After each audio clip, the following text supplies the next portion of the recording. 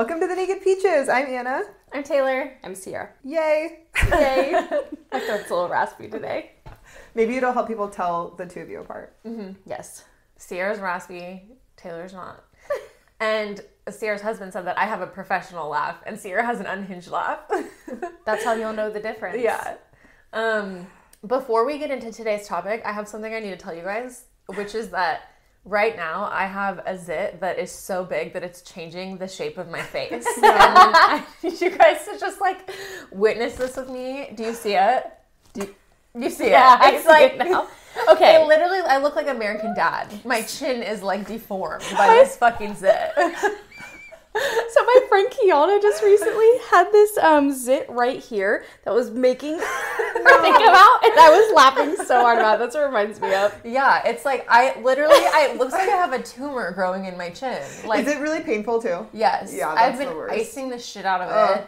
And like, I never do this because I go to the acne treatment center and, you know, one of the rules is never pop your zits. Oh, do I do it all the time? But with this one, I was like, I need to get the juices out of here. I need to drain this thing. Like, I'm about to cut it open. You know? Like, so I was icing it and then it popped a little bit. And last night I was just like trying to push everything out. It makes it so and much I'm just worse. like bleeding all over the place, like down my chin. And like, it's not getting any smaller. I'm like, where is this blood even coming from? Because the zit isn't getting any smaller. And it's just red and angry and scabby today, and I couldn't cover it up with makeup. So I always try to wait to pop my zit until it's like the whitest of whiteheads. Yeah, you know what I mean.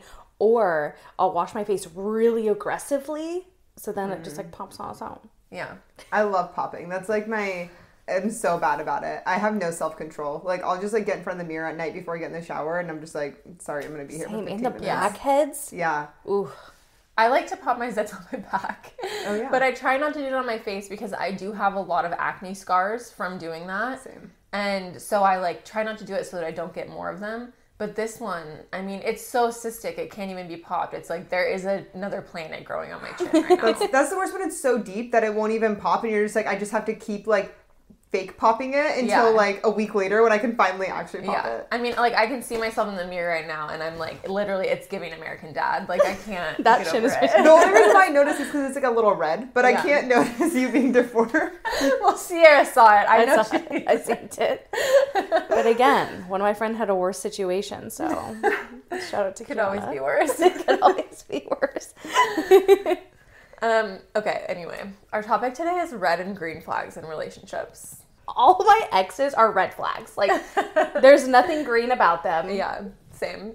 There's no green in my history. Like they might be good people now, you know, because not. all of the people I dated though were in high school because I got married 2 weeks into being 18. Oh, yeah, okay. So they could be good people now. Yeah, so crazy. Maybe they've grown up. Like, I wonder if, like, the stats about that, like, you guys are such, like, an outlier. Seriously. You know, like, people that get married before 18, like, are still together.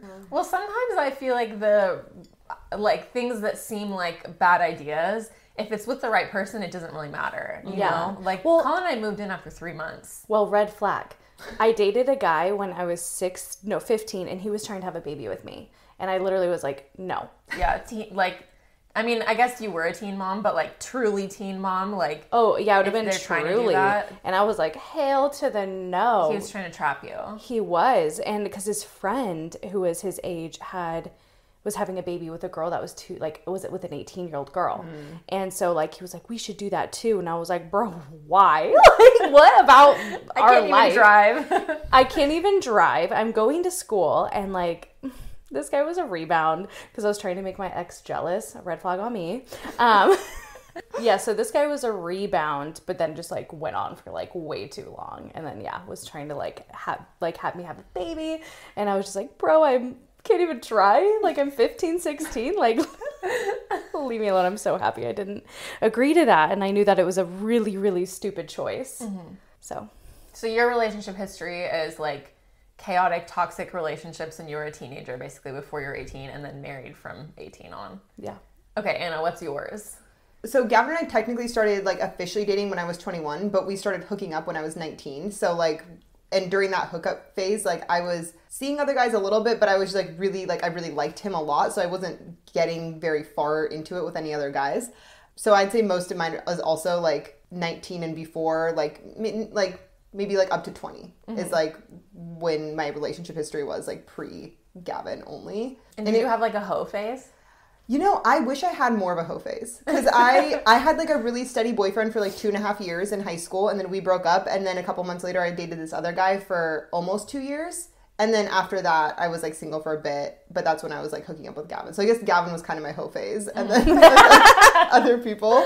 Your hoe phase turned into your to my husband. your marriage era. Yeah. Then you trapped his ass. At least that's what he says.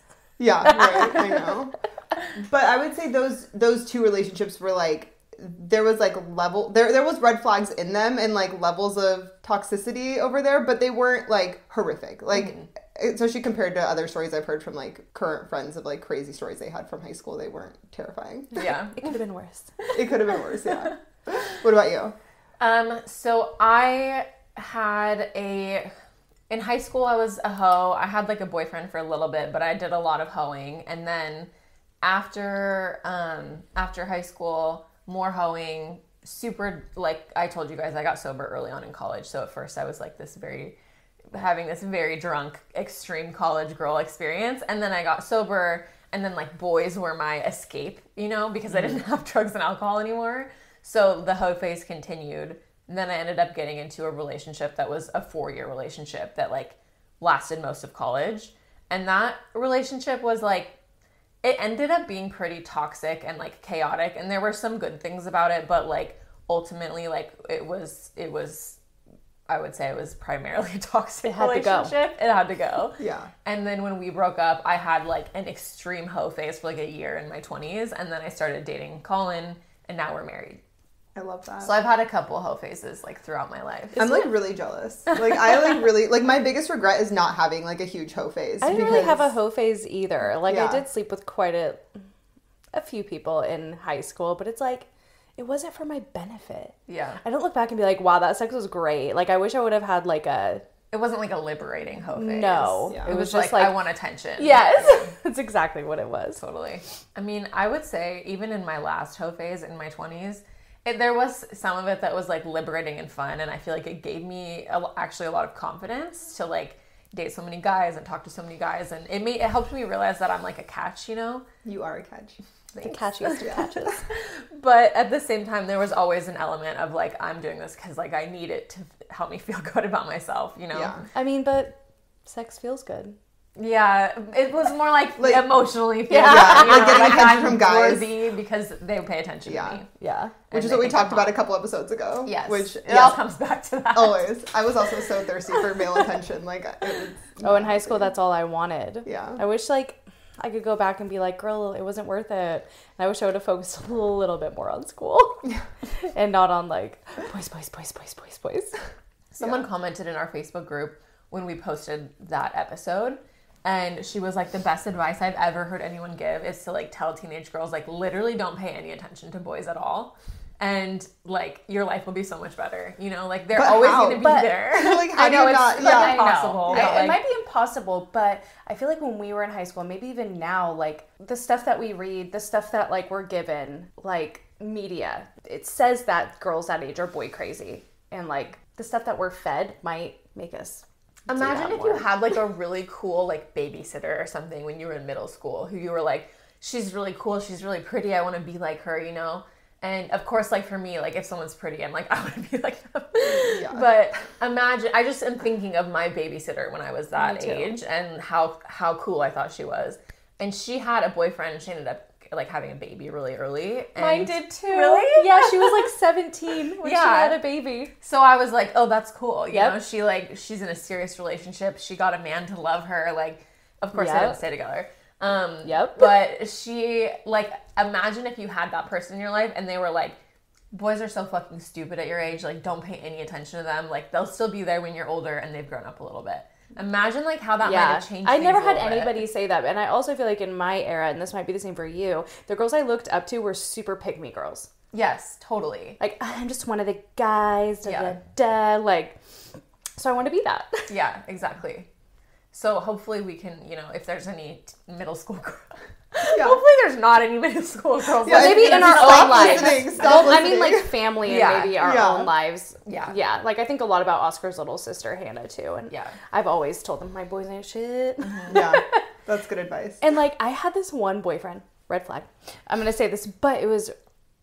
I thought it stuck with me. We were fighting really, really hard, and I was just like, "Why don't you love me?" Freshman, okay? And he was like, "Sierra, like, do you think we're gonna get married?"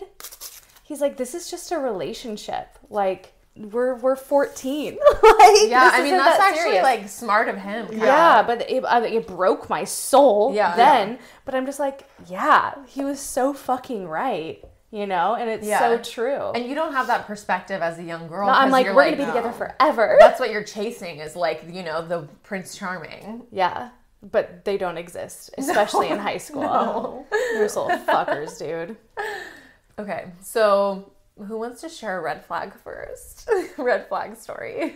Okay, I can share like it's not really like a super toxic red flag, but the guy that I had dated in like end of high school, beginning of college, we were, like I said, together for like almost 2 years, and I feel like if I had not ended that relationship, we would have gotten married. Like I was definitely the one that like broke up with him. Damn, what is that like? As a pick-me girl, I've only been broken up with. The thing is though, it's like he was It feels good. he was really nice. Like he was super sweet, really nice. The guy I dated before that was also nice, but definitely more of like that like bad boy like stereotype. So when I started dating him, it was like my mom loved him, like everybody loved him, like my friends, you know, it's just like he was just so nice. And I got to this point in our relationship where I was like, okay, if I stay with this guy forever, like I'm gonna have a perfectly fine life. Like everything will be fine, like I'll be happy, like he's gonna take care of me, he's gonna be nice to me. It's like, but it's like never gonna be like more than that. You know, it's like it's always just gonna be like fine. And I'm like, and I feel like if I do that, like I'm gonna have a midlife crisis one day and like I'm gonna lose my shit. And I like there was like multiple, it wasn't like the only reason, but I feel like that was like the final catalyst of what I was like I just like need to get out of this relationship because I can't do that. And then like I broke up with him, and it wasn't like, we kind of had a little bit like rebounding with each other, and like it was kind of like messy for a few months, but because I still liked him and there wasn't like something wrong with him per se. It was just like, I was like, I know that we should not end up together in the long run, you know? And so I feel like that's like, it is almost like this red flag in the sense of like, don't settle, you know, because ultimately like it's not going to be good. Good for you for like... Yeah, good for you for even noticing that. Like, I feel like I rode my relationships until they broke up with me, basically, you know? Like, my one long-term relationship in high school, he was like, I'm going to go visit family in Alaska. And I'm like, okay, yeah, have a great time. And then he ignored me for like 2 weeks. And then his ex-girlfriend wrote me and was like, yeah, he like showed up on my doorstep, said he missed me, said he loved me. And she goes, and then one of the nights he spent the night, I looked down at my phone and there was 20 missed calls from Baby, which was what my name was in the phone that my mom paid for. And then that's kind of like, well, I guess I did kind of break up with him. But I'm like, in my mind, I was like, no, he broke up with me because he left to a different state just to cheat on me and not be with me. And he had no plans of coming back. Oh my God. But he was still like, no, that never happened. Like he So he's gaslighting you. Yes. And he literally still like, because there was like we had talked like every couple months for like 6 months, and he still was like, nope, that never happened. And I'm like, you're fucking crazy. Gaslighting's a huge red flag. Yes. Yeah. Immediately get away from that man when he's gaslighting you. Right. I feel like when you're, when you have like family trauma and stuff, it's very easy to become super security oriented and then become like, I will do anything to hold on to this relationship because that feels like security and stability rather than be alone. And then it's like they could be making you fucking miserable and you're like doing everything to like hold it together. Yeah. And it sucks too because like I had no love or like anything at home. So it's like I was seeking this with men because like at this point in high school, like my mom had divorced my stepdad. He moved out. So it was just me, my mom, and my sister when my mom had her. But then anytime my mom didn't have my sister, she was just out drinking. And like if I called her too much, she would just like turn off her phone. So it's like I had nobody in my corner at all. Yeah, so when you seek that, Yeah. like, stability from, like, a guy. Yeah. And even one of the guy that I ended up breaking up with for Oscar, I feel like I really liked him just because I also loved his family. And I would come over there, and I'd have a warm meal, and I would smoke cigarettes with his mom, and we really got along. So it's like... The smoking cigs with mom. Yeah, dude, I loved his mom. That was the only reason why I was upset about having to break up with him. That is like Where am I going to get my cigarettes? Well, no, I bought my own. And I actually bought her some cigarettes, too, because she was a single mom, and she struggled from time to time. Breaking up with the family is, like, almost harder sometimes than breaking up with, like, the significant other. Was... I haven't had that experience, but I believe you. Yeah. She was the nicest human being. Like, I'd be like, oh, yeah, fuck, I'm going to go hang out with her. Because, like, I smoke cigarettes, but, like, the guy I was dating, like, was really into hookah, so he just, like, sit in the garage for hours, like, smoking hookah, and I'd just, like, hang out with his mom for hours. And he wouldn't even, like, check on me. I'm like, he doesn't even like me. Like... Probably just liked me because I had a fucking car. That's important. Red flag. Red flag. Red flag. I have a red flag to share with you guys. Yes, let's hear it. This is my number one red flag. So if a guy if he treats you like you're his mom, if you find yourself doing things that you're like, these are all of the things his mom did for him, that is a huge fucking red flag. Like, for me, it's... I look back on my college relationship, and I was doing this man's laundry every week. I was cleaning the whole house. I was cooking. I was doing everything. And, like, I grew up with a mom who was, like, mostly stay-at-home mom. Sometimes she had a part-time job, but, like, she did all that stuff because she wasn't working as much as my dad. My dad was, like, working. But that's a way different scenario. Yes, exactly. Yeah. Like, because I was we going to were both say in that. college, and I had a job, and he didn't have a job. And I'm, like, keeping the house together, making all the food, like, doing all the shit that my mom was doing when she wasn't working. Did you realize it at the time? I mean, I would get frustrated. Like, we would get in fights about the dishes because he would never do the dishes. He would always leave dirty dishes in the sink. And we lived in this tiny ass apartment. And you know those, like, apartments where, like, everything's miniature, like the sink is, like, tiny and the fridge is like tiny a shallow and the stove. sink. Yes. Yes. So there's room for literally, like, 2 dishes in there. And we would get in screaming matches about the dishes because I'd be like, you can't do one fucking dish after you eat lunch. Like, just wash your fucking dishes. And what would he like, say? He would be like, it's just hard for me. Like, your Oh, dad. no. He was just, like, such a fucking baby about it. And, like, the fact that I stayed with this man, this boy, for 4 years is so crazy to me because, like, Can't even wash one dish. Like, you don't even have any obligations. You don't have a job. You just go to school. You don't have any kids. You don't... Also, even if you do, it's like you're a partnership in the fucking house. Yeah, so so like you are doing all that stuff. Yeah. You can wash your dishes. Yeah. Like it takes 2 people to run the household. Like, it's not. Yeah. Oh my god, Yeah. no. I know. It's like, it's so crazy to me looking back on it. So, like, now, after that, when I was dating, like, something I looked for was like, okay, does he know how to cook? Is he able to, like, make food for himself? Does he make his bed? Like, That is does so he do his sad, own though. fucking An laundry? adult man. Yes. And you have to be like, are they better than a toddler? Yes.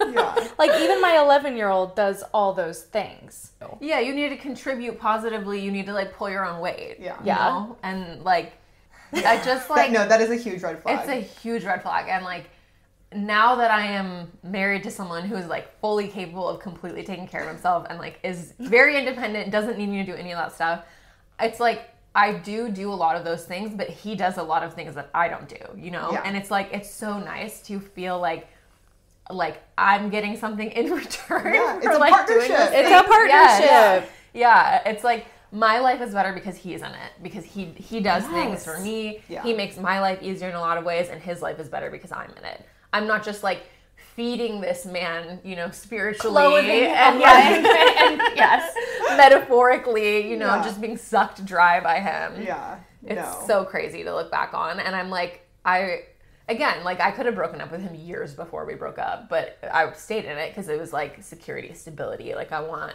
to have that, and it was not worth it. Yeah, because you're fucking cooking and cleaning for this baby man. Yeah, and then, okay, I'm just gonna drag him on this podcast. Yeah, let's do it. The people who listen, who know him, are gonna... Do you think he's listening? Well, it's like, don't do I don't shit know. that you can get dragged for then. Yeah, Yeah. sorry, like, you did all this stuff. Yeah. And You did it. Like, this is my story, this is what happened.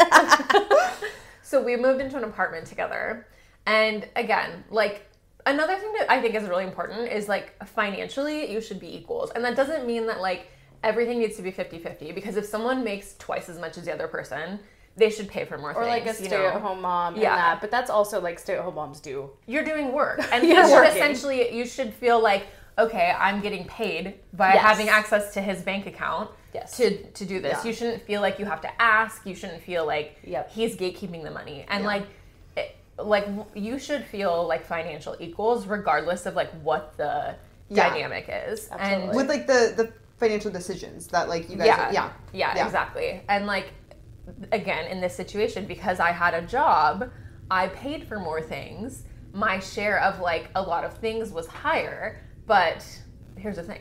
He didn't have a job because he didn't need one, because he had a rich family and had, you know, didn't have to work for anything, got money whenever he needed it. And because he had a hard time asking for money, he would need to use mine instead of asking his parents for money when it was like time for him to get more. So like I would pay for more of the groceries. I would pay for more things. And then we move in together. It's like, if you're uncomfortable, go get a job then. I know, dude. Yeah. It's like, He owes you. He does. Honestly, if he hears this, he needs to write you I'm a fucking sending check. him a fucking invoice after this is over. Can like, you please? Like for being a man-child. Yeah. I mean, I was like... You're a nanny. You were a nanny. Yes, Yeah. I was a nanny. I was on food stamps because I was like a broke-ass college student working my ass off. Yeah, like, shout out at to this food stamps. I was part-time also on food stamps in college and they helped me eat. Seriously, I wouldn't have survived. And like, he was using my food stamps. Like, my food stamps were paying for our groceries. And like, his parents live in a fucking mansion in the West Hills. Oh my God. Like, I'm just like, this doesn't make sense. We need to like redistribute the wealth. Yes, This is yes. how this is supposed to work. You should be paying for all the food. Yeah. So anyway, we move in together, and it was sort of this weird situation where he was like not sure if he wanted to move in together because he was like being iffy about it. And then finally I was like, whatever, I'm gonna move into this new place and it'll be mine. And then at the 11th hour, he's like, no, I'm moving in with you. Like, we're gonna live there together.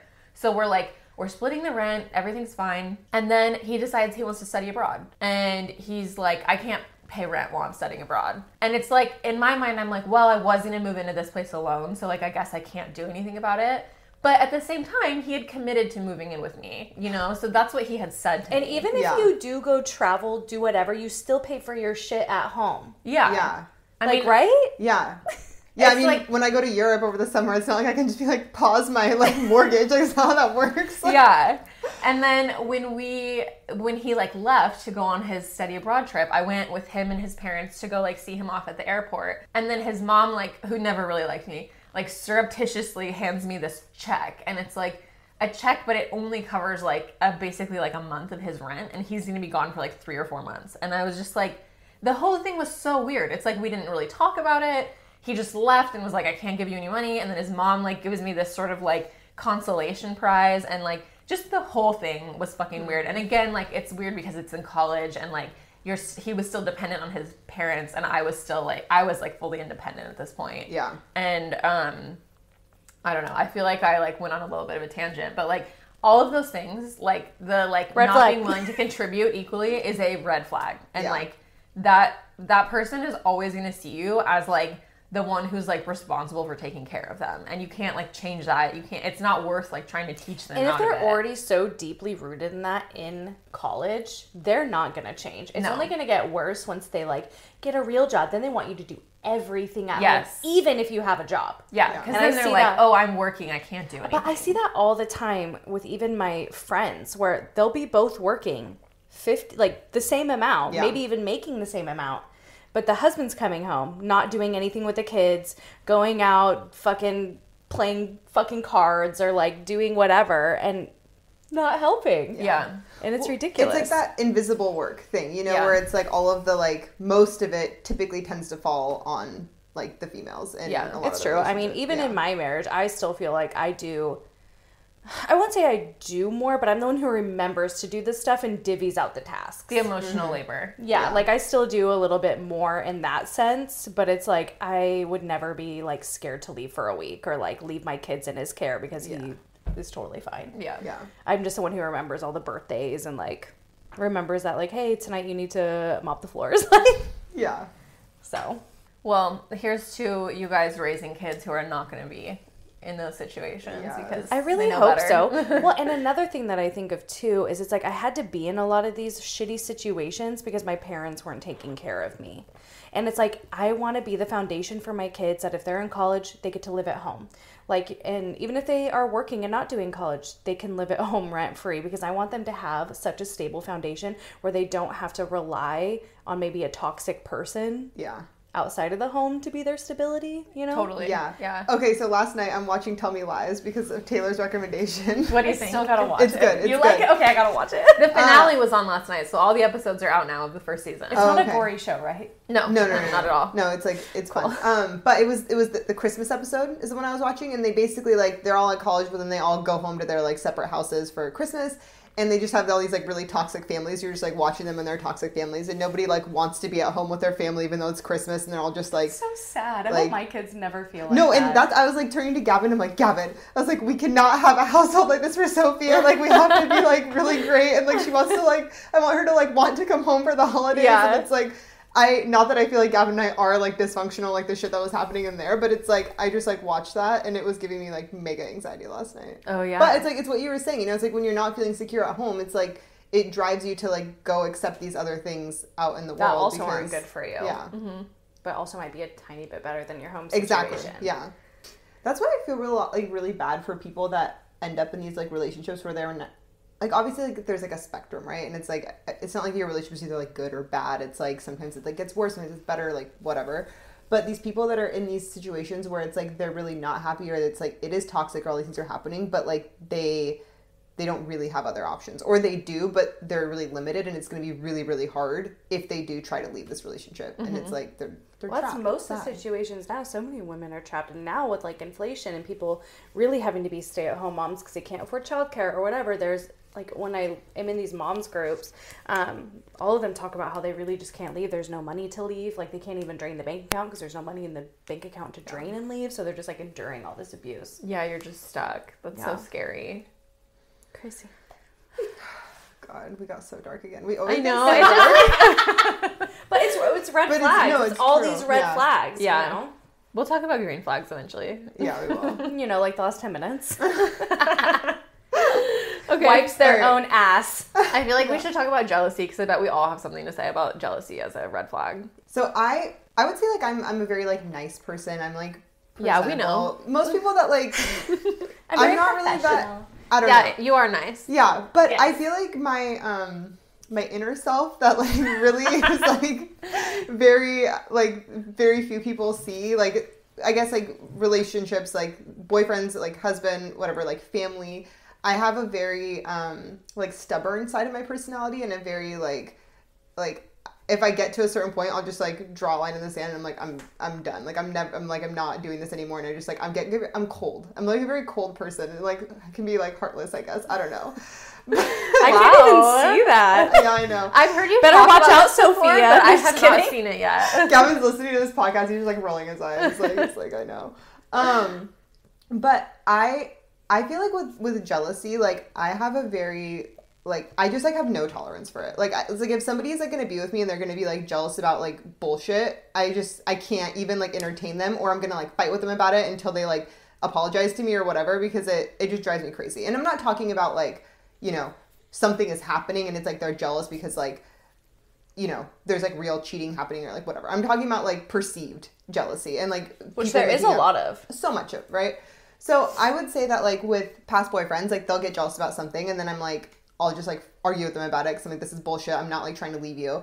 And then eventually they'll like apologize. But so that guy that I brought up before, and I feel bad even saying bad things about him because like I said, he's so nice and like he's like a puppy, you know, like it's just like I just a really feel good bad. guy, yeah. And I like did like break his heart when I broke up with him. So like I genuinely feel for him. But there was this one time period where so we had broken up at this point, but it was like still like messy. Like I said, we like still liked each other, and then we like eventually did get back together for like a couple weeks and then like really broke it off. But I would say there was almost a year period after we broke up where we were still kind of like talking and like whatever. Like we were friends, we had a similar friend group. Anyway, so we break up over the summer. It is around Christmas time, and my house in college was having like a Christmas party. So we have a Christmas party, like all of our friends are there, everyone's getting super drunk.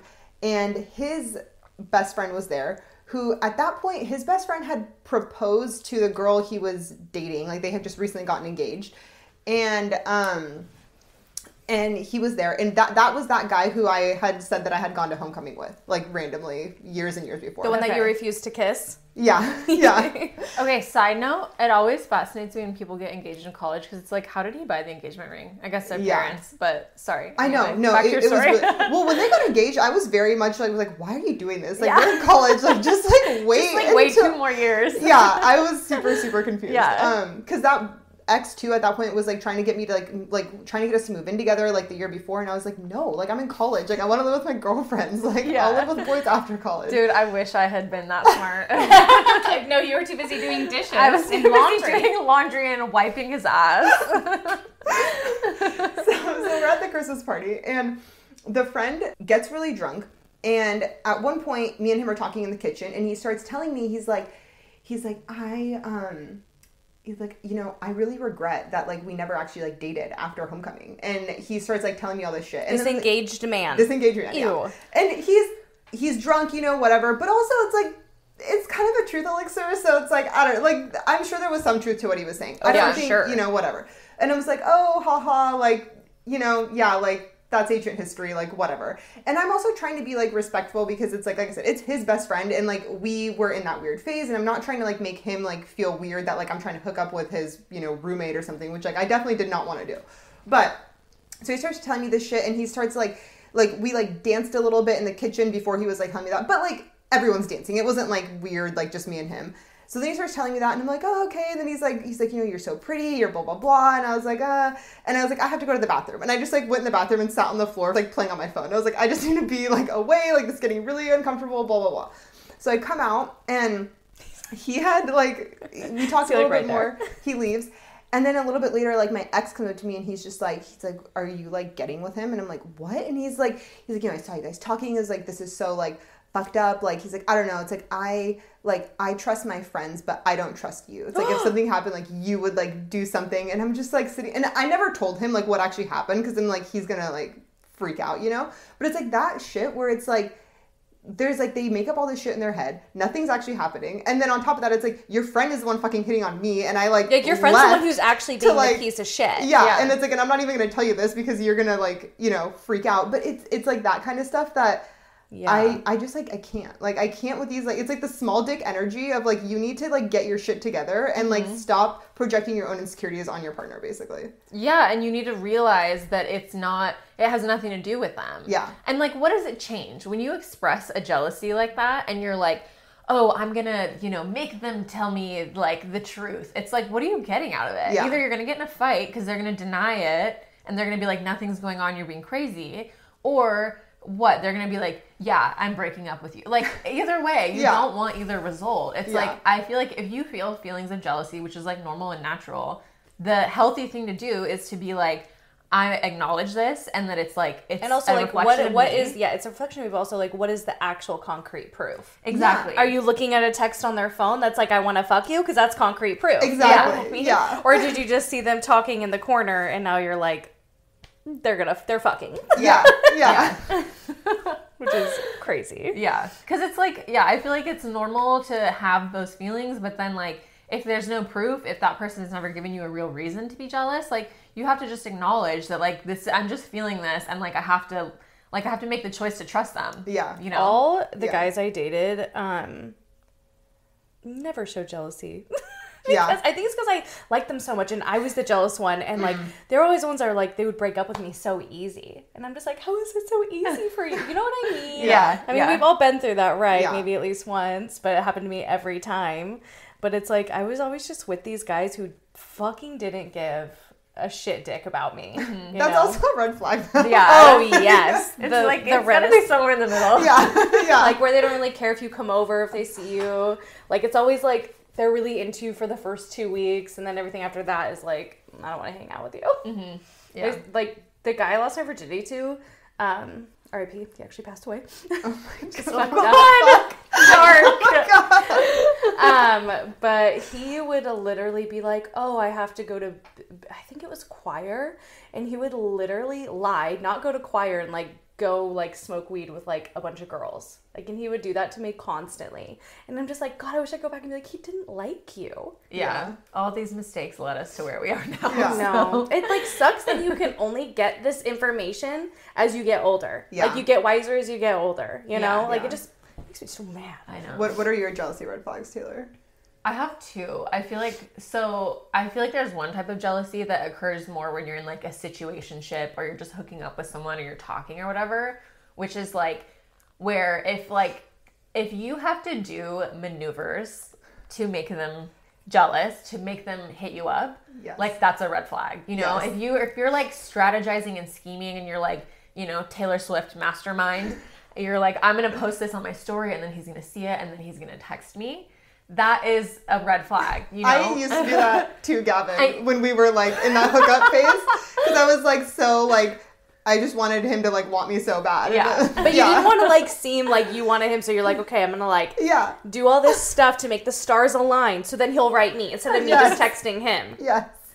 Yeah. I love that. I mean, I guess it's like I've done it too. Yeah. But it's like if that's the only way you can get them to talk to you, and like pay attention to you, that's a red flag, because they're basically you're having to create these feelings of jealousy, of like making them want to feel possessive of you. They don't actually like you. They're like, I just want to keep her talking to me. I want to be the one that she's talking to. I see her post a story with another guy, so like I need to remind her I'm still here. Like that's, I think, a red flag. And I feel like we all do it. We've all done it. But like if that's the way you have to kind of manipulate things to like feel like you have the upper hand in the relationship, like it's probably not good. And like maybe you either need to just be like more upfront and talk to them when you want to talk to them, and then if they respond, then that's good, and if they don't, then like you have your answer.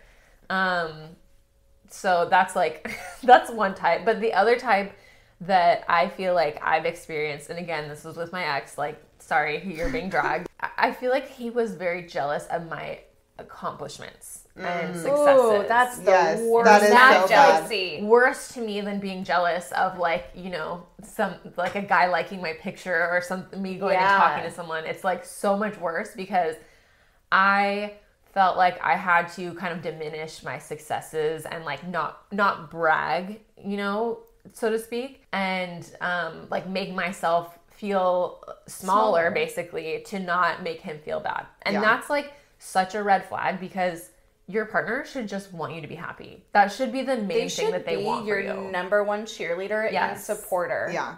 Absolutely. Yeah. That is like that is the green flag right there. And I feel like that's what we have with all of our husbands. It's Well, like they are our biggest fans. Oscar's like, when can I be a stay-at-home dad? Like, when are you going to make all the money so I can be the trophy husband? Yeah. Like, anytime I come home with an accomplishment, he's like, fuck yeah, let's go out to eat.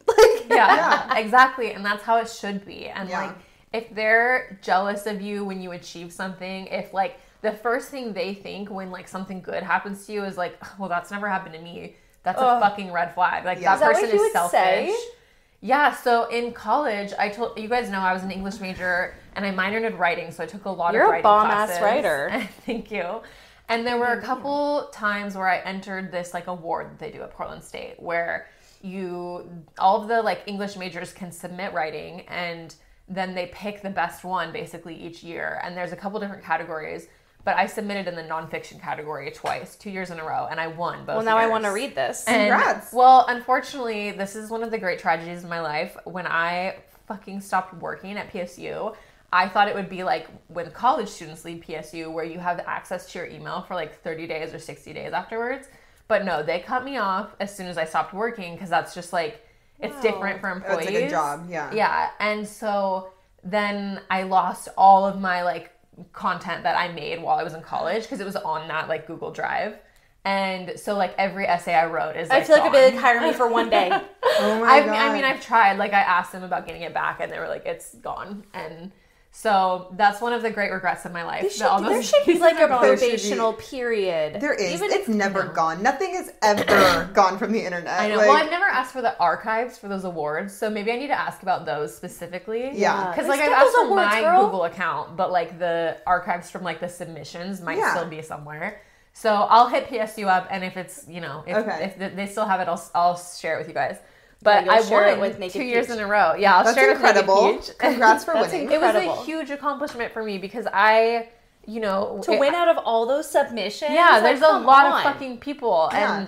and it was like this, you know, sort of acknowledgement that like I'm actually good at something, you know, after like feeling like, you know, I was just like struggling for so long in college and like didn't know what I wanted to do, and like I finally had like some direction and was like getting good at something, and like, you know, I should have had like my partner should have been the number one person who was excited for me, and instead he had a fucking meltdown and was like, I've never won anything. I don't know what I want to do with my life. Nothing like this has ever happened to me. And like, I then felt like I had to take care of him and like take care of his emotions. And when like, you guys should have been out like out on the town. yes, we should have been celebrating, or I should have said fuck off and like gone with my friends and celebrated with them because Instead they you were stayed happy home. for me. And instead, yeah, I was like with him trying to make him feel better. And like, I just look back on that and like, I want to just give my like, you know, 20-year-old self a hug and be like, this guy is not worth the fucking energy you're putting into him, you know? Because like that, Not even a crumb. yeah. Yeah. So like, I don't know. I feel like that's a huge thing. Like they should be happy for you. They should want your happiness, and they should be celebrating you all the time and be excited for you all the time. Yeah. And that's something I looked for after that relationship was over. Yeah. That's a really, really good one. Yeah. Because it's so true. There's so many people that are like that, and even like friends. Like when you have friends in your life who are like that, you know, Yes. it's like it's so draining. 100%. Yes. Yeah. And like if you love someone, like you should be able to be happy for them when they achieve something, even if it's something you've wanted for yourself and haven't been able to have. Yeah. You should be happy for them, and you should know like that's something I really want too. Like I'm glad that they get to experience it. I'm going to ask them how they did it. I'm going to like be inspired by them, you're you know? so close to them, so it could be easier for you to attain your goals because you have someone to look up to. Exactly. I've had to let go of friends like that, who just, I'm like, sorry, like, I don't know what to say to you. Yeah, I mean, it's not worth keeping that in your life if they can't like learn to celebrate with you and be excited for you. Like it's just too hard to be taking care of someone else's feelings of jealousy. It's not your emotional baggage. No, No. it's not yours your to job fix. to take care of. Yeah. Yeah. There's so many And so like different timelines, and like, you know, like there's other of my friends who are great photographers who are great really early on, but then I had a bunch of kids, so like now I'm doing it later. But it's like everybody has their own path. Like exactly. Everybody's on their own journey, and like things happen for different people at different times for different reasons. And look at Oprah. I feel like her success kind of came later in life too. totally, yeah. There's tons of people like We're on that. our Oprah journey right now. Yeah. By the time I'm 60, watch fucking out. I love that. Okay, I just thought of like a kind of a red flag, but it's more of just like a really funny story. Now I just feel like I need to share it because very few people actually know this, but it's like really embarrassing. Not for me, for him. Great. A little bit for me, mostly for him. It's the same guy I've been talking about. I'm sorry if you're listening. I doubt he is, but okay. So in that period where we were, we had broken up for a few months, and then we got back together for like, it was less than a month maybe, and then it was just like very much like this just shouldn't be happening, and we like broke up again.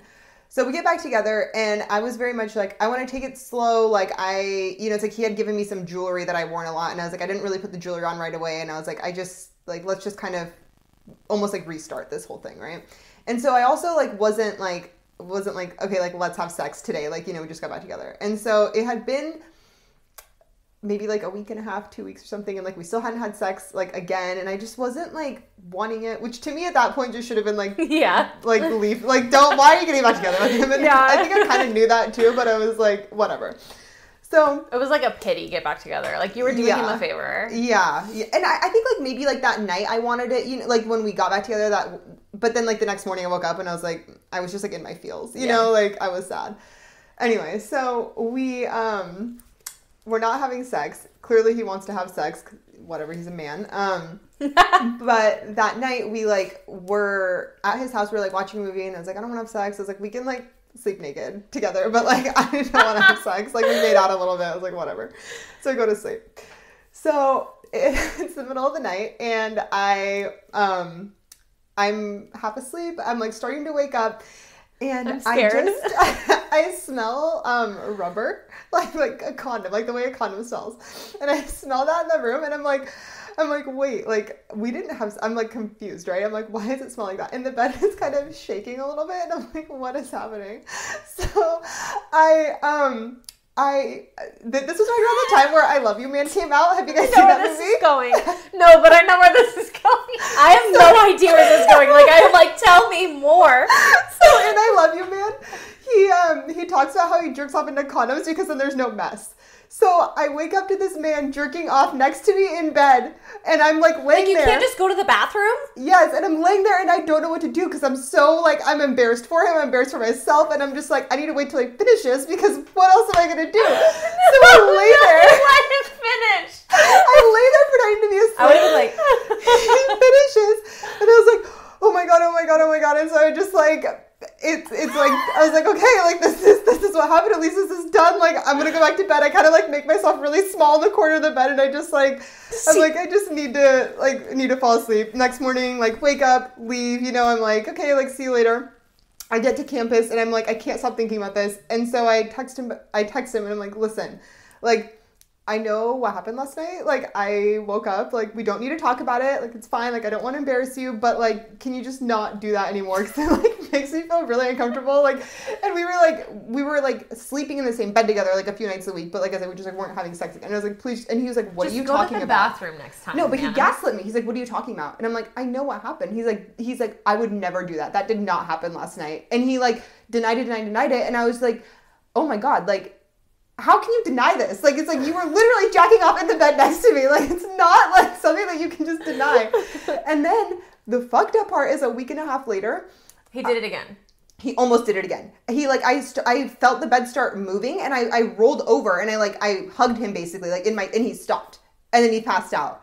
And then after that I was like, we're not sleeping, like no more sleepovers, and we're breaking up because like I was like, it's so fucking weird. I can't do this. I hate this. I hate that. That makes me so uncomfortable. So uncomfortable. It's like one thing to do it, but then to lie about it and do it again. Right? Like, no. What the fuck? That is fucked up. Red flag. It's like, if you want to do that, go into the bathroom. Yeah. It's like, not that hard. The bathroom is right there. Like, take your phone with you. Like, you don't need me to be there to get you excited. Like, that's the thing. And it's like, I was sleeping. I wasn't even doing anything sexy. You know, it's like, and it's like, it was dark in the room. It's not like he was even like looking at me or like whatever. Like, I wonder if some of the excitement for him was that you didn't know. Oh, maybe. And like, you know, that it was like a secret sort of like transgression. Yeah. And because you weren't sleeping together. So it's like, I know. And I'm sure he was horny, but yeah, it's like, go to the bathroom, dude. Like, yeah. You don't need to do that in the bed. Wow. Yeah. Like, we're sleeping. Yeah. This is sleep time. I don't think this guy's as nice as you think he is. Yeah, maybe not. It looks like he's happy now. He's moved on with his life, and he's married, and they just had a baby, so good for him. Yeah. Yeah. I'm like at a loss for words. I have one more that I want to share with you guys. Another red flag. This is a fun story. I love this. So we already know that, like, financially, if you're not equals, it's a red flag, you know? But I'm here to take it to the next level. Okay. So during my last hoe phase, before I started dating Colin, I was going out a lot to the bars, meeting guys at the bars. You know, I would go out specifically to meet guys. Me and my two besties all lived together, and we were like all single at the same time, and we were like going out every night. We didn't drink, so it was like, we're not like, I think one thing that was good about it is we weren't in unsafe situations. Yeah, Red Bulls or near beers, which are so gross, but that's like I would drink them and they're so sick. I'm like, what's the point? It's like, now I would never, but like at the time it was like I liked having something in my hand that like made it so people wouldn't ask me, you know, and so that it wasn't a thing that I wasn't drinking. But I was going out all the time. I was in my hoe phase. I was like shopping at Forever 21 every week to get these like outfits to wear to dig a pony. Were you wearing the tight mini skirts? Yes, tight mini skirts, tight bondage dresses, you know, like the whole thing. I love this. This was like, you know, in the 2000 teens, basically. Yeah, this is like peak fashion era. Yes. Yeah. Dude, when I look at 2010 to 2016, I'm like... It's embarrassing. It was an embarrassing time. So this is like 2014 that all this stuff is happening. 2013, 2014. And I'm going out all the time, meeting guys. Like, most of them suck. I meet this one guy this one night, though. And I'm just like, you know when you meet somebody and you're just like obsessed with them immediately? Like there's just something about them where you're like, this just like triggered the crazy part of me where I'm like, I need to like stalk this man on Instagram. I need to know everything about him. Like I am going to have him. You know, it was just like this psychotic part of me took over. He activated it in me. And so I'm like, I meet this guy. I'm immediately fucking obsessed with him. He's like got this like mystery. He's like not from here. He's from Detroit. He's like, I'm like, ooh, Detroit is scary. That's edgy and cool. And he's like, Taylor. He used to be a Puma model. So he's got this like, you know, vibe of like sports model. He's very spooky. And it only gets spookier. So I'm like asking him all these questions about his life. And he tells me like one version. And then like the next time we talk, everything is like slightly different. And I'm like, oh, well, you know, he was drunk when we first met, whatever. Like just kind of like giving him a pass. Yeah.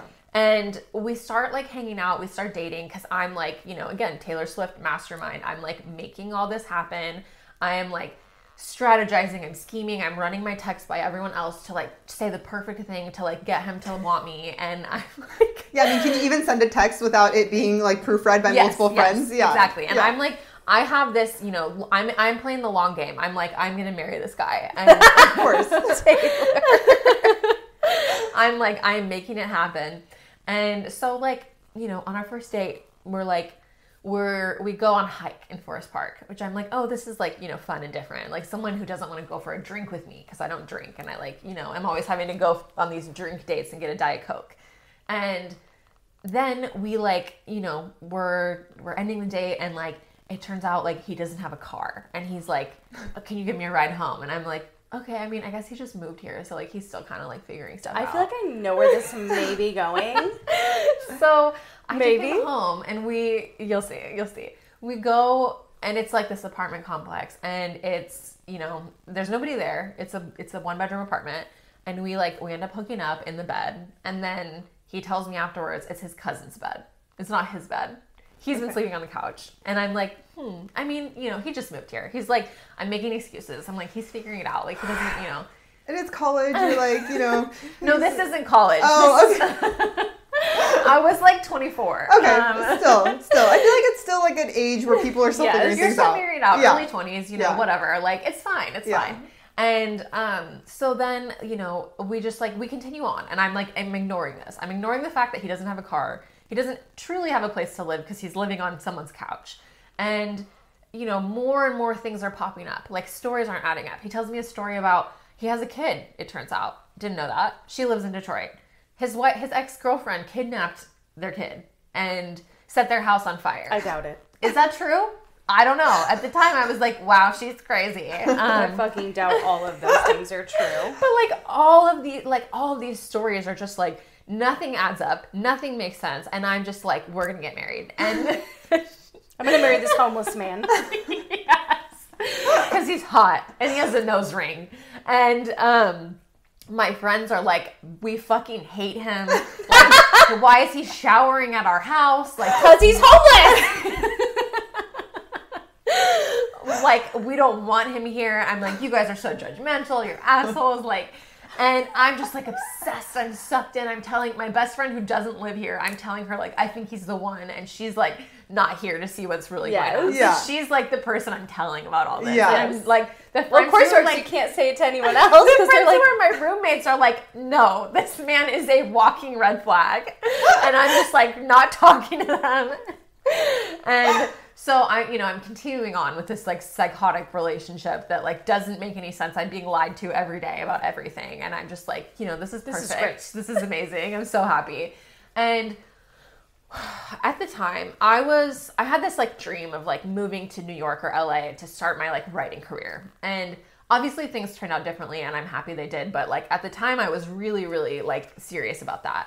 And I was working really hard to save money, and I had this giant change jar in my bedroom that I would always put my change in when I came home because I was on like a cash budget where I would like take out a certain amount of cash every week, and that was what I would spend on my groceries. Like I was very on top of it with this, and then all the change went into the change jar because I was just like, any little thing I can do to save, you know? Yeah.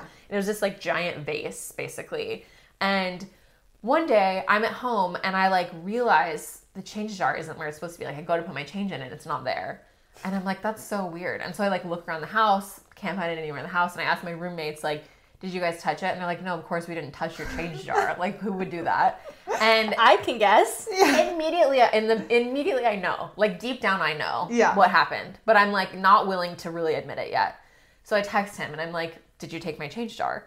And which, if you ever have to text someone, did you take my change jar? That is a red flag. They took it. That's the red flag right there. Like, end of story. You have to ask if the relationship is over. Like, the only person that should be touching a change jar is, like, a child that's like, I want 50 cents for, like, a candy bar. You know? Like, I used to always take money from the change jar when I was little. Yeah. They're for children. Yeah. So I, like, turn my phone on loud. It's, like, nighttime. So I go to sleep. It's right next to my head so that I'll wake up as soon as he responds. In the morning, I get a text back. This man says to me, yeah, did you want it back? You stole my money. There's probably a lot of money in there. Yeah, there was. And I'm like, yeah, I'm coming to get it right now. So I go to his house. I'm fucking pissed. His house, which is actually his cousin's apartment. Because he's homeless and he steals money from people. He gives me the change jar back and he's got this attitude. He's being like an asshole about it. And he's like so pissed. Like, he did nothing wrong. I was just borrowing it. He gives it back to me. Most of the money is gone. It was almost full. It was like this big vase that was almost full of money. And it's like down to like, you know, a quarter of what it had been. So he's already taken a bunch of it and like taken it to the bank or whatever and turned it into cash. I'm sorry. I really want to imagine him though, like going to a bar with a bunch of change and paying for something with that. Seriously, the fucking audacity. Or, you know, I don't even see him going to the bank. He's probably going to the Coinstar and the fucking Safeway. Wait, was that the last time you saw him? No. Of course not. Taylor! You literally stole your money. Okay. So you're there. You're fighting about the change jar. Yeah. I'm like, fuck you. Give me my money back. I take it. I leave. I'm like, fuck this. And I tell my friends, you know, we're listening to Beyonce. They take me to brunch. I have this like, you know, I'm in the process of getting over him. And then he starts texting me, hitting me up all the time. He's trying to like be like, I just need to explain myself to you. He's like, I just need to take a shower. One day he shows up at my work and I have no choice but to go talk to him because I'm like, I don't want. Also, red flag. If you're ignoring someone and they show up at your place of work, no. Red flag. Yeah. That's like, it's just someone showing up at your work without consent. They're putting you in a situation where you're forced to go talk to them because you don't want to have like something embarrassing happen to you at work. Yeah. So I go talk to him.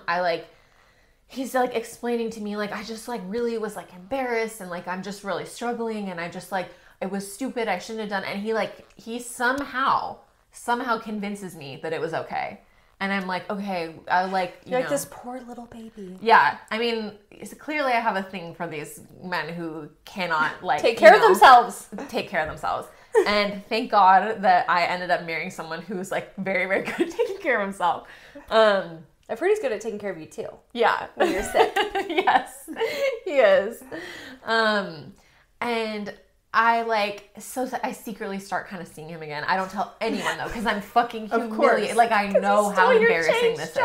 Yes, I don't tell anyone. I secretly am talking to him a little bit, hooking up with him, and then he starts to kind of get like fuckboy vibes again. Like he's like, I've got her back. You know, I don't need to try anymore. Yeah. I got my place to shower. Yes. I can maybe take a little bit of change off the top. He's still skimming off the top for sure. And I'm starting to see that he keeps following new girls on Instagram. And I'm starting to get crazy again. Yeah. And so Halloween rolls around and we're supposed to meet up at this bar on Halloween where I'm going with my friends. And this was at this point I had admitted to my friends that I was talking to him again. I hope they were they mad at you? An open flame. Yes, they were all very upset at me. Yeah. And so we're at Halloween and we're at this bar for hours because we're waiting in line forever to get in. And then we're there, we're dancing, and I'm the whole time I'm so preoccupied because I'm where is he? And he just never shows up, never responds to my text. And I'm having a meltdown, crying in the club over a guy who fucking stole from me and is homeless. And finally, my friends literally took my phone and they blocked him. And they removed his number out of my phone. And they were they're like, this has to end. Like, this ends today. We are shutting you off from this man. Like, you have to be done. I'm sending them all a Christmas present. Yeah. Yeah. So shout out to Kaylee, Darby, and Whitney who did that for me. I'm sending them Shout all out. change Shout in a out. little mini change. And, shout out to Coinstar for stealing from me. That's his name. Coinstar. And the best part of this whole story is, at this time, Colin and I were friends, and we, like, had the same, like, a group of friends where we all kind of hung out.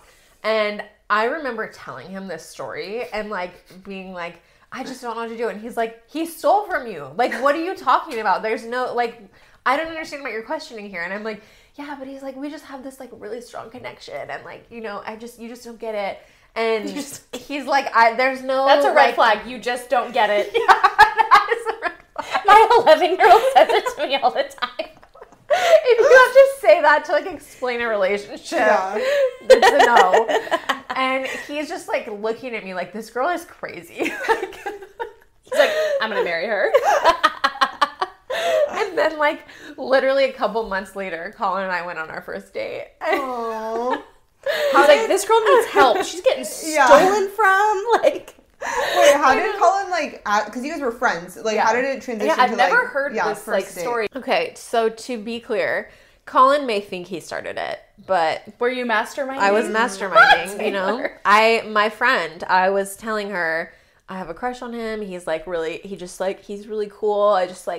I feel like there could be something there, but he's like so mysterious. Colin's kind of aloof when you don't know him very well. So it's like hard to tell what he's thinking, what he wants, like if he likes you. And You're just kind of like, you're just like, what's going on with this guy? Like that's like how Gavin was, and that's why I was like, oh well, sorry, I'm like putty. Like, yes, yeah.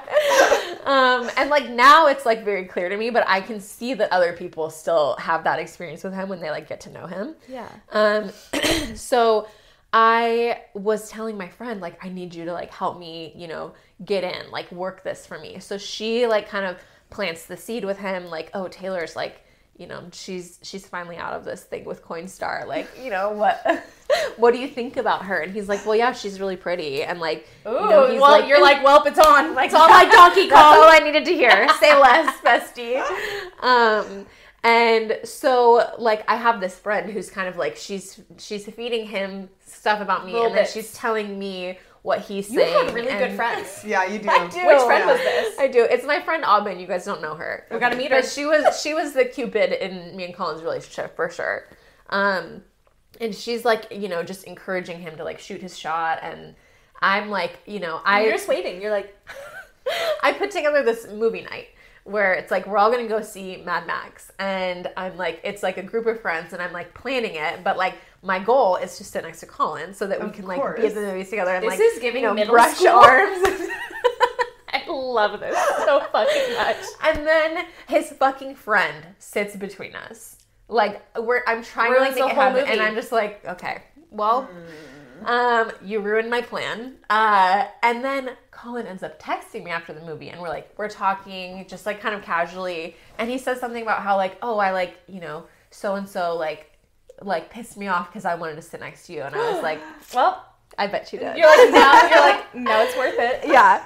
So then we start talking about like, I'm like, oh yeah, me too. And eventually he's like, well, we should just like, let's plan another time to hang out. And so like we end up going on our first real date, and we go to sushi, and We love sushi. yes, we love sushi. Green flag. He picks bamboo sushi. And then after like, I feel like I was pretty awkward. Like we're both kind of like shy, and The beginning is such a scary time when you're playing Yeah. that, like, you're just You're, like like, kinda doing this playing a game. dance. Yeah. And trying to like show that you're interested, but not too much, and like figure the other person out. And, I don't remember much about the date, but like I remember having a good time, and like, just like, he's always just given me really good feelings of like I just have always really liked being around him. And, we had a really good date, and we're like talking afterwards, we're standing, like he walks through my car, we're standing by my car, and like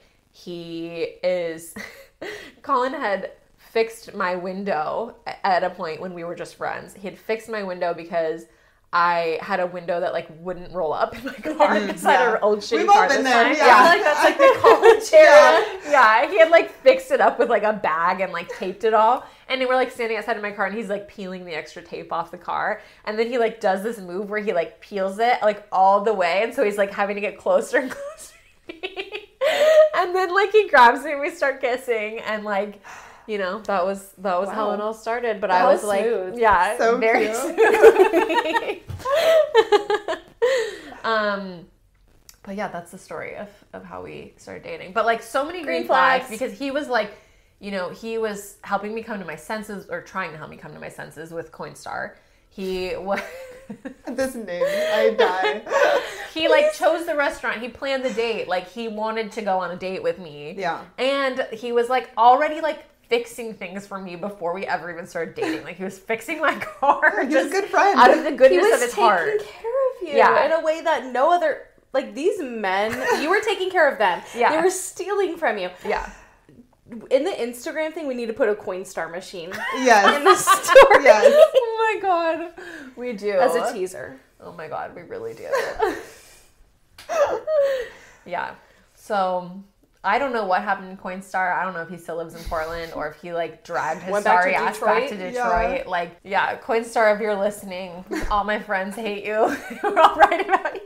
And she wants her money back. I want my money back from Coinstar and I want my money back from my ex. Yeah, dude, you have debt. I have Yeah, some you need- invoices. yeah, I have send some some debts invoices. that need to be paid for Yeah. sure. I'm dead.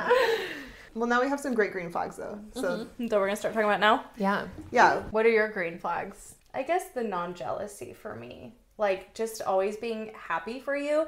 And even, like, if someone hits on me, Oscar's like, yeah, because you're hot. Yeah. Like, Yeah. he's never jealous about anything. Sometimes I'm like, be nice if you're a little jealous. Well, Yeah. it also speaks to, like, he Yeah. has confidence, you know? He's, like, has confidence that, like, someone hitting on you is not going to make you go cheat on him. Yep. He's just like, yeah, my wife's hot. And She's I know hot. it. She Yeah. does cool shit. Like, yeah. Everybody should think you're hot and should want to be with you. Yeah. So that's one of my green flags, I feel like, in taking care of themselves, being able to, watching him take care of the kids. Like, if I'm sick in the morning or I have a migraine, I know I don't have to fucking be terrified about, like, who's gonna, you know, take the kids to the school or, like, make sure they're dressed properly for the weather. Because, like, just from being a mom for so long, I know that 90% of women don't have that. Yeah. And it sucks. So those are my two main greens. I think communication is, like, key. Like, I feel like we have such good communication and I'm still pretty bad at it. Are you? Well, I think it's bad because it's like he always wants to fix things immediately, whereas like I need time to like cool down and like have my thoughts process. Yeah. So we still will have a little miscommunication there, but like I don't think either is wrong or Yeah. like a red flag. We just both have different styles of communication. That But then afterwards, like, do you, like, Yeah. talk it out? Yeah. Yeah. And I think that's what, like, to me matters is, like, being able to, like, even if, like, in the moment maybe you can't, just, like, ultimately being able to, like, talk about things and just be, like, really honest with each other. So Gavin and I both, like, come from families of divorce. Because of that, I feel like for most of our relationship prior to getting married, we talked more about, like, divorce than we talked about, like, a partnership, but more just, like, what, like, we didn't want in our lives and I think, like, sometimes that's, like, really important to talk about those things that you don't want because you might know those a little bit more than what you do want at times of your life, Yeah. you know? and And you're like, I don't know what I want, but I know what I fucking don't want. yeah. Yeah. And sometimes it's, like, awkward to, like, think about or talk about, like, oh, yeah, like, why are we, like, dating, but we're, like, talking about, like, what a divorce would be like or what, you know, like, whatever. But it's, like, okay, but those are, like, good conversations that need to be had sometimes, you know? And I think, like, there's, like, topics like that But like, those are nothing's off the also- table. Like, we, like, talk about everything. That's really good though. Yeah, Like no, you to could me be it's at a green first like flag. that's scary, but it's like it's also stuff you talk with your friends and your partnership that's Yeah. still a friendship of some sort. So it's like you should talk about what would happen if you divorced. Like what are things that would make you want to divorce someone? Those are things that other Yeah. person needs to know so you know what you're getting into. Yeah. And I also think, like, if you're in... Gosha really wants to be in here. If you're in a situation where, like, you can't, like, fully kind of broach a certain topic or even, like, think about it yourself because you're like, oh, if I start to admit these things to myself, then, like, what's going to happen? What if I end up not wanting to be with them anymore? That's, like, not a good sign. It means you're Yeah. lying to yourself about something. So, like, if you can talk about anything and, like, broach any topic, then, like, that's a good sign because it means you're being honest in the relationship and you're being honest with yourself. You're not, like, Totally. lying to yourself about something. Yeah. Yeah. Well, and green flag, Gavin grew up like going to therapy, so I feel like he's a really good communicator, and he's made me a better communicator because he'd be like, no, like we need to discuss this, like we need to hash this out, we need to talk. Ask him some questions about that. Yeah, no, you should. He's like, because I'm kind of like you. Sometimes I'm like so angry, like I can't talk about it in the moment, you know. But like I feel like throughout our relationship, I've worked to like try to get better at those things, or at least like I might have my angry period, but then I'm like, okay, you're right. Like we do need to like hash this out. Like let's actually like talk about it. So what are your green flags? Okay, so I have one, and this occurred to me again from a post in the Facebook group. Someone was talking about how their boyfriend was like, had never introduced her to his parents, and like, I remember just, that. yeah, she just like didn't really understand why. And like, obviously there's going to be situations where people don't have a close relationship with their parents, or they, you know, whatever. But it sounded like he did. It sounded like he did, yeah. And I think one thing I was thinking about is that I remember early on in me and Colin's relationship, you know, he was like telling me, oh, my mom really wants to meet you. Like, we need to plan like a family dinner. Because he told her about me without me even asking, you know, like she knew we were together. He had sent her pictures of us, you know, should like never have to ask. You shouldn't have to like be like you're nagging about meeting his family. Like he should be incorporating you into his life. He should be excited. That's how you know it's a green flag. It's like when they're excited to show you, like to bring you to their family. Yeah. You know. Yeah. And I remember him asking me to like come along and do things with him and his friends and like his guy friends, and sort of thinking like, that's weird. Like, isn't that like their guy time? And like, I think to me, the reason it was weird is because I had never really been with a guy who like wanted to bring me around his friends. And like, to him, it like wasn't like, oh, you're going to be like the annoying girl who's there. And that's what I had always been. Yeah. Like he wanted me to be around, you know, to just be a part of his life. And I think that that's a green flag, you know, when they want to kind of incorporate you into their life, introduce you to their family, their friends, like their people they work with, whatever. Like you don't feel like a secret or like you're the separate part of their life. You're just like being integrated into it. Another one that I think is a green flag is just like they should just want you to be happy. Like that should just be the most important thing to them. Like not how you make them feel, but like your happiness. Like they should just always be trying, not like, oh, they need to like bring you flowers and chocolate every day, but like that should be something that is important to them, is you being happy. And how they can help if you're down. Like, even if it doesn't have to, like if you're down about something that doesn't have to do with them, just like how they can help you. Like a foot rub or like talking with you like through something. And if something makes you happy, they should be supportive of it. Like I've talked about I've touched on this before, like we've talked about it, but like, you know, there's a thing of like making fun of girls for liking girly things, like being a basic bitch or whatever. Like they should be excited for you. If you're like, I want to stay home and watch Love Island today and I'm so excited about it, they should be like, fuck yeah. They shouldn't be like, oh my God, that's so embarrassing. You're watching Love Island. I will say, that's so trashy. Oscar did used to kind of shame me for the things that I watched early on in our relationship. But again, we've been together since 17. And he doesn't now. He's like, watch whatever the fuck you want. Like, have fun. And then he's like in the corner like... They always do. They always get sucked in. He's like, wow, this crazy Teen Mom episode.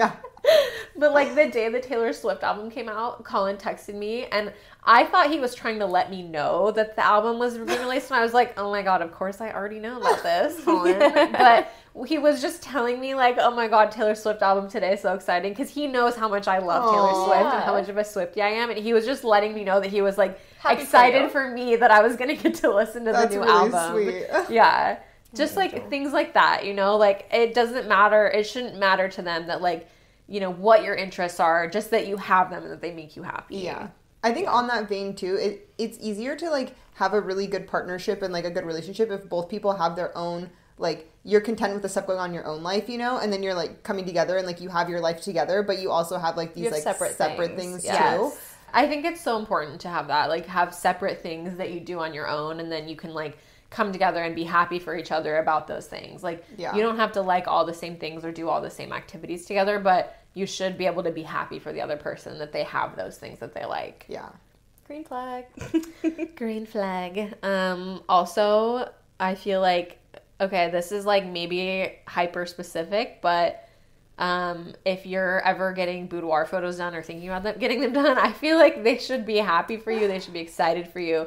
They should be really enthusiastic about the photos. They should just be like cheering you on 100% of the time. And the first thing they say is, why would you want to do that or don't do that? dump his ass. Red Yeah. flag. Dump their ass. Yeah. You know, also, like, green flag for me is, like, Gavin has never, like, he's, like, my biggest hype person with my photos, but he also has never told me, like, oh, like, you can't share them online, or, like, I don't want you to share, or I don't want you to, like, he's like, whatever, he's like, it's your photos, it's your body, like, whatever you want to do, like, do it. I'm here to, like, support you, like, I'm your partner, like, whatever. But he's, like, never once tried to, like, control that, and for me, that would be a major red flag. Like, I just could not handle that at all if I had a partner that was Absolutely. I have a really good friend. I'm not going to name drop her, but she's really good at upholding boundaries. And she was dating this guy for a minute, and as soon as he said something about a picture she posted, she dumped his ass. Good for her. Yeah. She's like, I think I know who this is. This relationship done, but she's really good at, like, her boundaries and being like, nope. Like, goodbye, I'm leaving. Yeah. You know, one thing I will say is that when I very first started doing this and I got my photos done for the first time, I had a conversation with Colin about the pictures being posted, and, like, he told me, you know, like, yeah, I do have, like, some feelings of jealousy, but I also know that that's, like, my own shit, and it's just... That's incredible. It's, like, it's your body, and it's yours to do, and, like, what would that say about me if I was, like, telling you what to do with your body? And I know we talk like, a lot about, like, men being jealous being a red flag, but I think when they can be open, like, hey, this makes me jealous, I know that's my own thing, but I just, like, want to let you know to help, like, me, because sometimes, like, when you put a voice to your fears or your jealousy, like, just saying it out loud, like, I will say crazy shit out loud, because once I say it out loud, it it's takes like the power out of it. Yeah. Yes, totally. So it's nice, like, when I'll say to Oscar, like, this makes me jealous, or this makes me feel that way, and then we, like, talk through it, and then it's like, wow, I feel so much better now. Okay, bye. Yeah, exactly. And it's like, it can bring you closer to talk about those things. Mm-hmm. And I feel like that's a big one for me, self-awareness. Like, just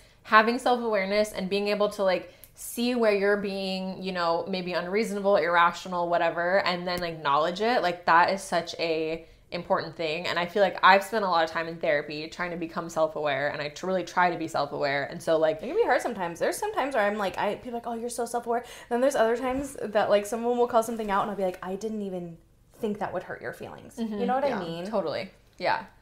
Yeah, I mean, it's like a process. It's like a journey for sure. But, like, just having a being with someone who is also trying to be self-aware, and, like, I feel like that's a huge one, especially if you're, like, a woman dating men, because a lot of men are just, like, not really taught to, like, be introspective or, like, do any work on themselves. And Absolutely. So, like, you know, I mean, thank fucking God my husband has been in therapy, because it's allowed us to have a lot of conversations that I think are a lot harder when both people haven't been to therapy. Yeah. Yeah.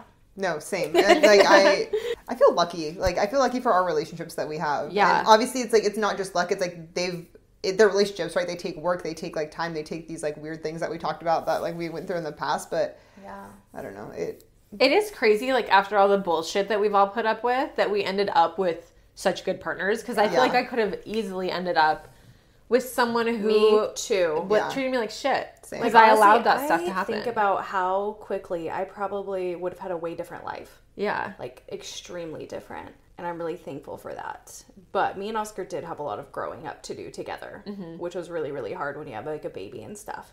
So and we multiple babies. Yeah, we had our own fair share of red flags, but we got through it with our self-awareness. Yeah. You know what's so funny is I used to think, like, when you kind of, like, choose your husband or whatever, you know, you have to be at a place where you both kind of know what you're doing with your careers, and, like, you know, he should have a house already. And, like, I had these ideas that, like, you should kind of be able to see the future and, like, see exactly what the roadmap was when you got married, because you should be at that point in your lives where you're so established that it's like, okay, the next 20 years I can predict everything that's going to happen. Yeah. And where's the fun in that? It's so funny because I just, like, you know, I ended up, when Colin and I started dating, he was working at Starbucks and I was still working at Portland State. And, like, we both were not at all on the career paths that we ended up on.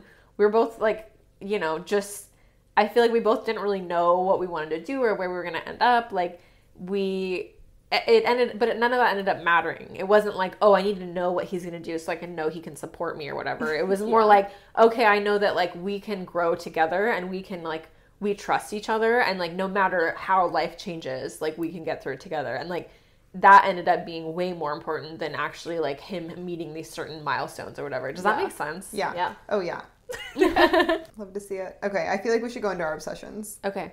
Okay, I'm gonna go first with my obsession. So my obsession this week isn't it's not a product. It's just something I've been doing that like I need to just constantly do all the time, even more. So I have this issue where I will not wear things like sweatshirts or whatever like often, certain ones, because I'm like annoyed with like the length of them and like how they fit. Like I either want it to be like oversized or I want it to be like loose but a crop, right? So I just get annoyed. So lately I just like cut all my shirts into crop tops. And every time I just get pissed at a shirt, I just cut into a crop top and then I immediately start wearing it all the time. And I did that yesterday with 2 sweatshirts and I've already worn them both yesterday. And I did that the other day with a t-shirt. And honestly, if it's not serving you, it's make not it serve you. You know? Like, at least for me, like when the standard length where it hits you right in like the middle of your hip area. It's not flattering. It's not flattering. And it's like, and certain ones like do look cute when they're tucked in. And I like to do a little front tuck sometimes. But certain ones just like the length is weird or there's like a fat hem. Is that what they're called? Or not hem. Like it's just like really big, like large. A thick band at the bottom. Yes. Yeah. Okay. And so, yeah, cut into a crop top. What's your method for cutting? I literally grab some kitchen scissors and I like eyeball it and then I just cut it off. I feel like Angie does that too. Yeah. Yeah.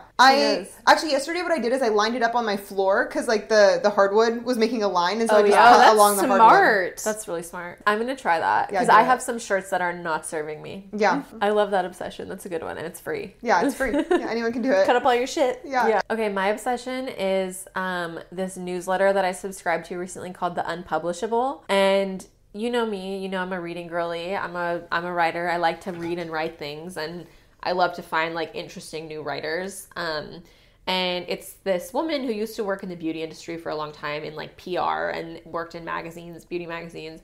And now she does this newsletter where she's talking about like these sort of beauty things that they're technically unpublishable. You know, like a magazine wouldn't let her publish an article with these things because she's either talking about brands or she's talking about like problems in the beauty industry. And like I've just found it really interesting and eye-opening because it talks a lot about how the beauty industry contributes to like kind of other things in society. Like she had one recently where she talked about like which brands were putting money towards anti-abortion candidates. And interesting.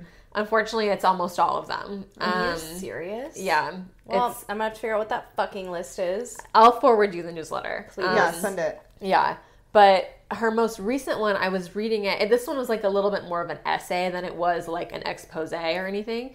And I was just reading it and I was like, God, this is really powerful. It was like one of those things where you read it and you're like, I wish I had written this, you know, like I relate to it so hard.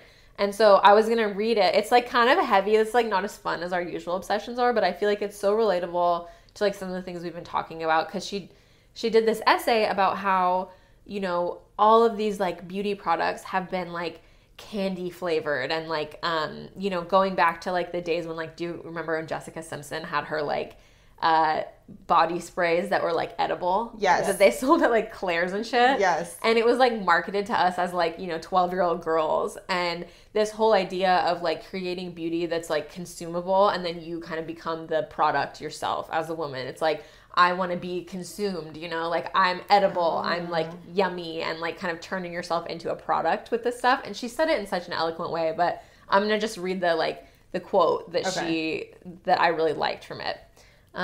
We consume to become consumable, our own wants subsumed into the wants of someone or something else, a man, a social media following, a cosmetic corporation, a culture. It doesn't stop at the surface.